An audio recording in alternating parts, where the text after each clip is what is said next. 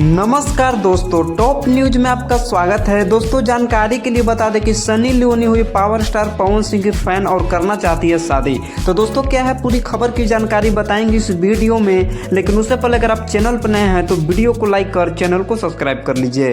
तो दोस्तों जानकारी के लिए बता दें कि सनी लियोनी से एक न्यूज रिपोर्टिंग के माध्यम से पूछा गया तो कि आप भोजपुरी में किन कलाकार को पसंद करते हैं, तो उन्होंने बताया कि आवाज़ के जादूगर मैं पावर स्टार पवन सिंह की फैन हूँ और मैं उन्हीं को भोजपुरी की सबसे बड़ी सुपरस्टार मानती हूं और मैं उन्हें पसंद भी करती हूं। तो दोस्तों खबर ये भी आ रही है कि सनी लियोनी ने अभी बताया कि पवन सिंह के सारे गाने को मैं सुनती हूं और मैं उनकी फिल्मों की दीवानी हो चुकी हूं।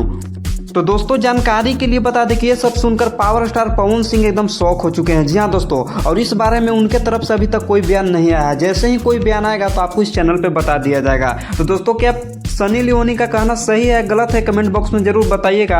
और आप पावर स्टार पवन सिंह को कितना सपोर्ट करते हैं भी कमेंट बॉक्स में जरूर बताइएगा। और दोस्तों इसी तरीके की भोजपुरी की हर खबर को पहले पाने के लिए हमारे चैनल को जरूर सब्सक्राइब कर लीजिएगा।